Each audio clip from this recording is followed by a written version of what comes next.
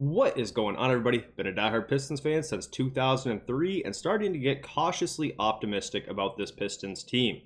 In today's video, we need to discuss everything related to BBall Paul. Paul Reed has had an incredible stretch of a few games here now, so it's just time that we have a conversation and full video dedicated to his spot on the team, where he's at in the rotation, the possibility of him getting more minutes, and just talk about his performance as a whole, along with the performance of the players who are in front of him in the rotation.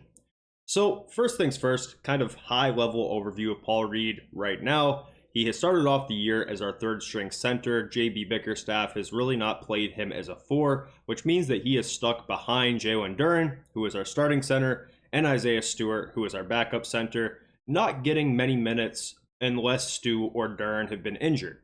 Stu and Duren have both been injured, in foul trouble here or there, so he has been able to play in some games more recently than towards the beginning of the season, and he has done really well during that stretch of time.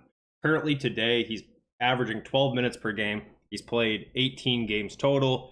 In those 12 minutes, when he does get in, he's averaging 5.5 points, 2.5 boards, 1 assist, 1.3 steals, and 0.7 blocks. Which might not sound too crazy, but in less than 12 minutes of action per game, those are pretty wild numbers. Towards the back half of the video, we're going to look into some more of the analytical side of stuff, on-off ratings, things along those lines, but that's just kind of the simple overview of his stats right now. From what you see on the floor when he's out there, he's a very interesting player, and defensively, he has been doing some really big-time things that caught my eye, and I'm just a huge fan of. He has this weird, strange knack that I've talked about in previous videos to just blow up pick and rolls and blitz the opposing primary ball handlers as good as anybody I've ever seen. He is so good at doing exactly this, and I have no idea why. When the opposing player that he's guarding comes to set a screen, he is so good at just going for the hedge and instead just turning it into a blitz and going the other way with it. This has happened so many times, and these are the exact plays why he averages 1.3 steals in less than 12 minutes per game. That alone is nothing to scoff at. That's a pretty incredible talent because that is a huge change of momentum. It's a free 2 points every time it happens, and there's not that many bigs in the NBA who can do that regularly. Very specific skill that he is somehow amazing at, and I love that. I'm just a huge fan of all of those plays. Every time that happens, which seems to be once per game now, I always get up on my seat. So I guess kind of the main thing and the main topic here today, we could just talk about what BBall Paul has done during the time when Stu's been out and how good he's been, but there's really no point in doing that because I think what everyone's kind of top of mind right now is there a world where he could potentially get more minutes? So first things first, I don't think that there's really any point in entertaining playing him or Stu at the four. Obviously, Duren, no chance of him playing the four either. There might be people out there who are in favor of playing Paul Reed at the four next to Isaiah Stewart, or for whatever reason playing him at the four next to Jalen Duren. I just really don't think that's that great of an idea. I don't think him or Stu, despite their size, are very good at the four, especially considering that when you do that, you're probably going to be playing them next to Jalen Duren, and Jalen Duren can't stretch the floor. And despite Paul Reed and Isaiah Stewart both being able to shoot a bit in their own right, they're really not perimeter threats. They're not guys who teams are going to be glued to on the three-point line and spacing out the floor. I know a lot of people love to point to Isaiah Stewart's 38% from the three last year, and Paul Reed has shot handfuls of threes in his career, but let's just be honest, teams don't respect that, and that shows in the way teams scheme around us. So I'm just going to throw the idea of any of these three bigs on our team, Reed, Stewart, and Duren, out the window because I am not at all in favor of any of those guys playing the four. Just not great for modern basketball, and I don't think JB has any interest in doing it either because I think that, well, he would have done it by now. So realistically, that leaves two other guys that he can pull minutes from, Isaiah Stewart and Jalen Duren. The elephant in the room is Jalen Duren has not been very good this year. And I don't want anyone to take this as me ragging on Duren because There's videos on my channel of me praising Duren as recently as last week. Not full dedicated videos, even though I have made those in the past, but I don't think Jalen Duren has been as big of a train wreck as some make it out to be, but you just got to be honest, he hasn't been good, and it shows in the numbers. So, something to look at here. Jalen Duren, when he is on the floor, our offensive rating is a 112. When he's off the floor, it's a 112.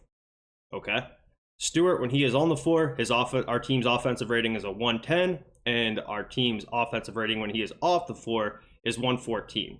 What does that mean? On average, when Stu's on the floor, we score a little bit less compared to when Jalen Duren is on the floor. That makes sense. Jalen Duren, not a prolific offensive player, but he does create a lob threat for Cade.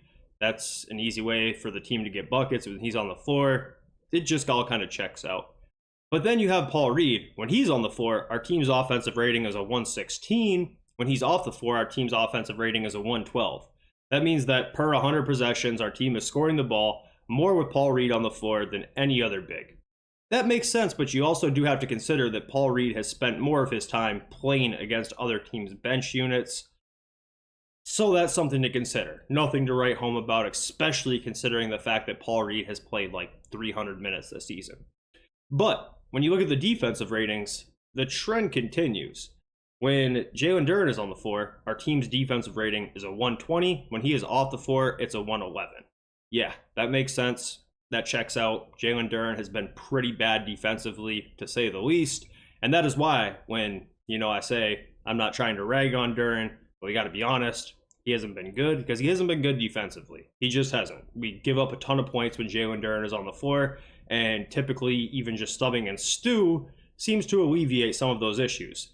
Hence why when Stu is on the floor, our team's defensive rating is a 113, and when he's off the floor, it's a 117. Makes sense. But when Paul Reed is on the floor, our team's defensive rating is a 106, and when he is off the floor, it's a 117. So that means we're giving up 11 more points per 100 possessions when Paul Reed is on the floor versus when he is off. And we have to put that into context and call out the fact that yes, Paul Reed does play a higher percentage of his minutes against other teams' bench players. There is no denying that, and that is why on-off numbers are not the be-all, end-all, especially because he's playing with different units than what Duren is, and Duren's playing with different units than what Stu is, but not always, because there's been plenty of games that Stu has missed now, and plenty of games where Duren has either missed or been in foul trouble, so Reed has got looks with the starting unit and our main bench unit, and during those points and times, the eye check just passes. He looks good out there. We tend to do pretty well when he is on the floor. So all that to say, I would love to see him get some minutes in front of these guys.